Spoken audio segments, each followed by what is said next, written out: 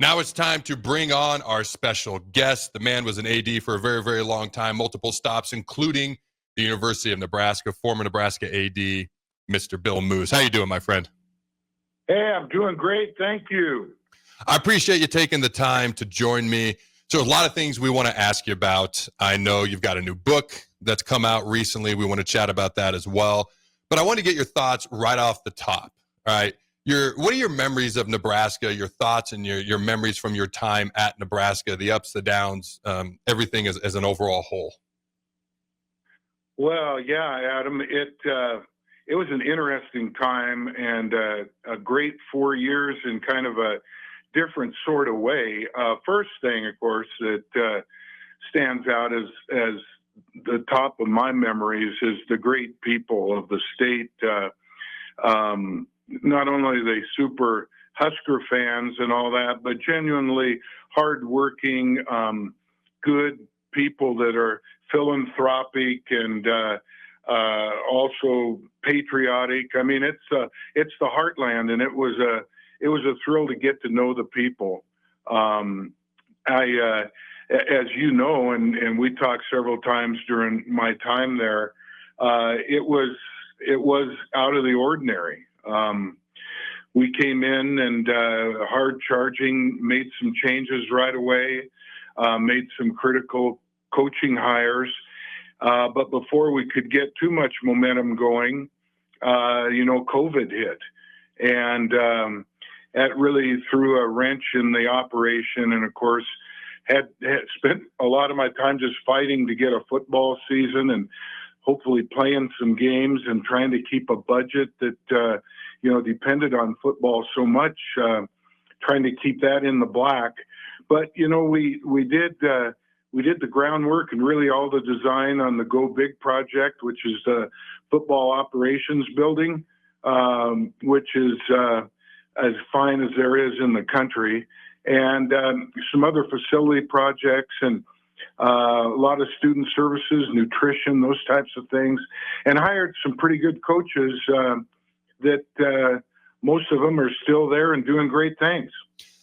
So you make a great point about COVID and what that was like, because the Big Ten canceled the season at one point, and then we know what it ultimately turned out and what it ended up being.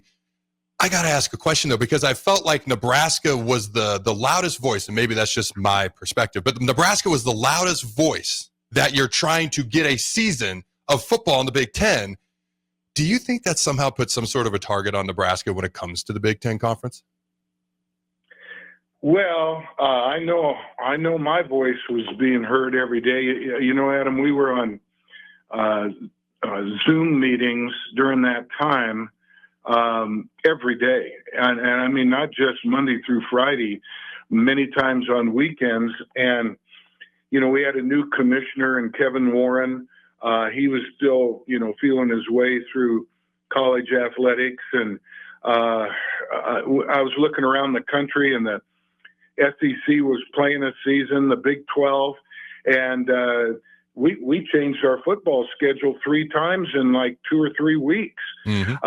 And it was an abbreviated schedule. I always felt and very blessed that I had time there in the role that I had, because Nebraska needs football, and football needs Nebraska. And neither were getting it during that time, and I fought hard. And it was, there were knockdown, drag out fights, tension, no fans. Can you imagine? You were a great player during a great time, playing in Memorial Stadium empty. That would have been crazy. And yep. It was, and we went into that. If we were going to lose our season that year of COVID, my CFO and I sat down and penciled it out. We had a risk of losing $100 million in a fiscal year, and we were able to work things. And I worked it at the conference level. We worked it internally. We had some painful things. We had to let people go, furloughs, all these kind of things across the board. Salary cuts, But in the end, we mitigated that 100 down to less than 20 million. And unfortunately, I mean, I've got some great feats that I'm proud of in all my years as a Division I athletic director, but maybe one of the ones I'm most proud of is keeping that ship afloat during some turbulent times. So you mentioned some of the coaches that you hired, Fred Hoiberg, Scott Frost. Obviously, Coach Hoiberg is still here. Talk to me about Scott Frost, because that was a ginormous deal. I mean, he was the hottest coach in America, obviously a Nebraska guy. He gets hired, he comes back. Ultimately, it doesn't go the way everyone had hoped. Obviously, wish him nothing but the best down at UCF now, where he's currently at. But what are your thoughts of Scott Frost's tenure as the head coach here at the University of Nebraska? And what was it like being part of that hiring process from your seat as the athletic director? Well, it wasn't the normal course of events because, as you might recall, Adam, I was hired in the middle of October. Mm-hmm. Without it being said, I was astute enough to realize that us being hired to get that football program back on track, and the first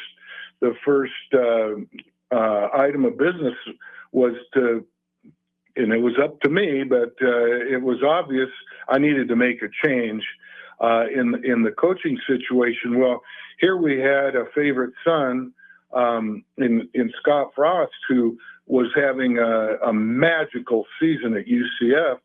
As you recall, 13-0. I think they were as high as 6 in the nation.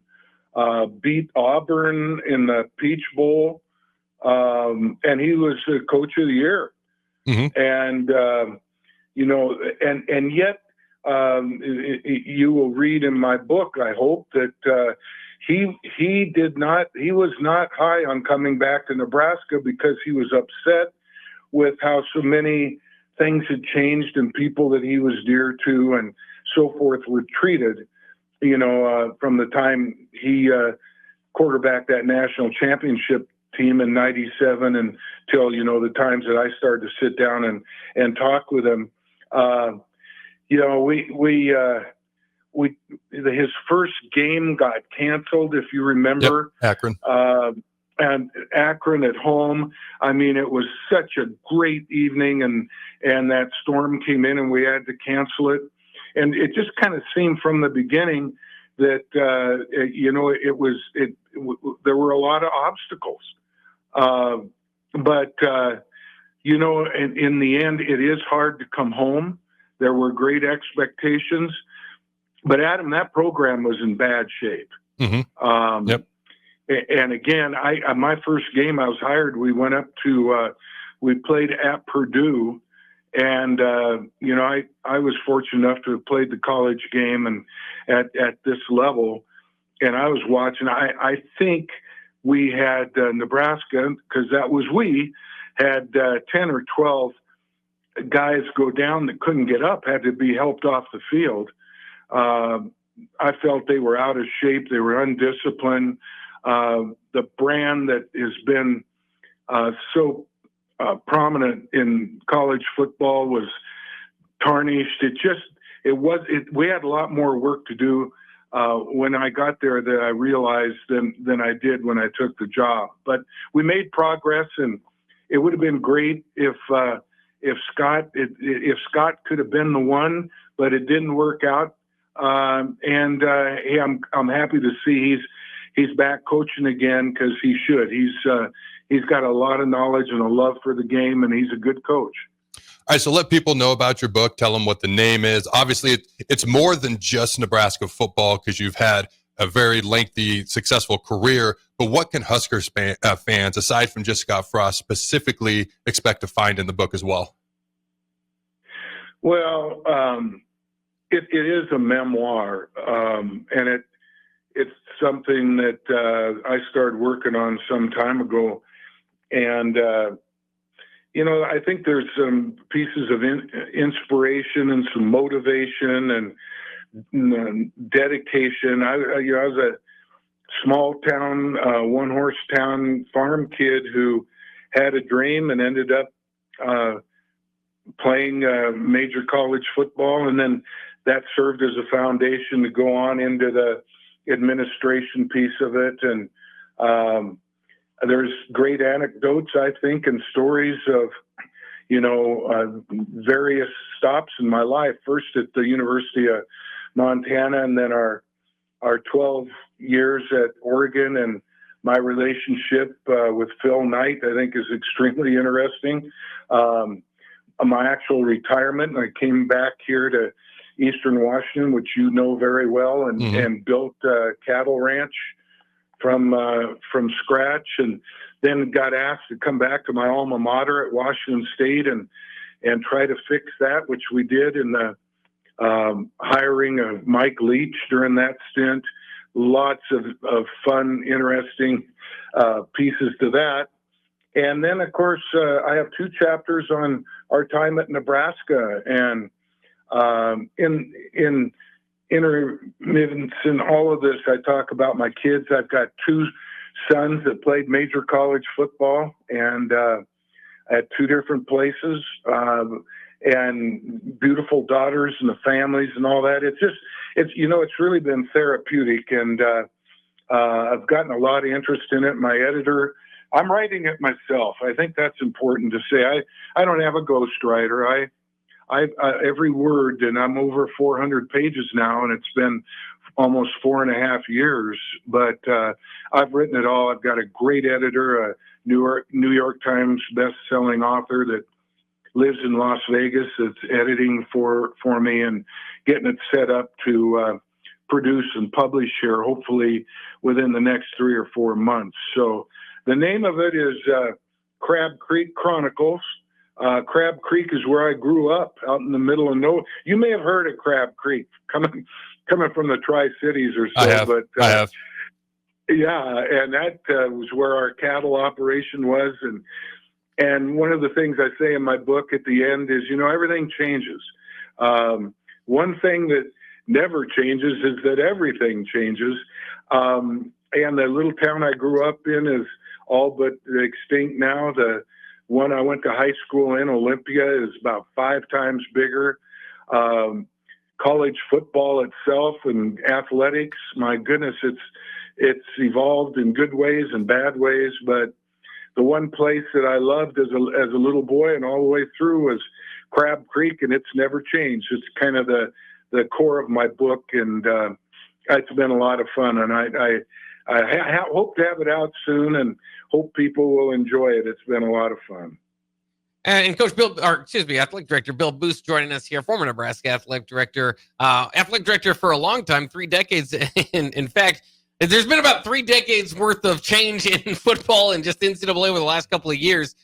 Is there a part of you that misses it, that would like to be, in with this ever-growing change, or do you kind of look at college football and just kind of sports administration as is now? Is it in a mess, or what are your kind of look on the current situation? Yeah, and that is highlighted through my book as well. Adam, I really think you'll identify with this.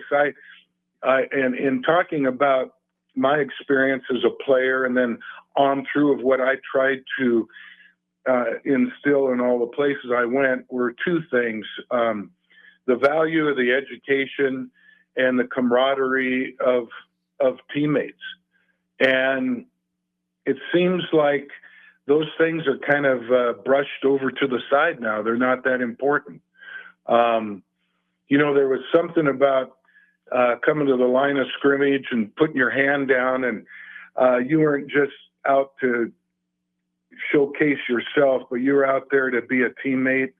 When you had to reach down a little bit on 3rd and 3, inside the 20, you were fighting for that teammate beside you and for the school you represented and all of that. And it just seems like it's far more self-centered anymore.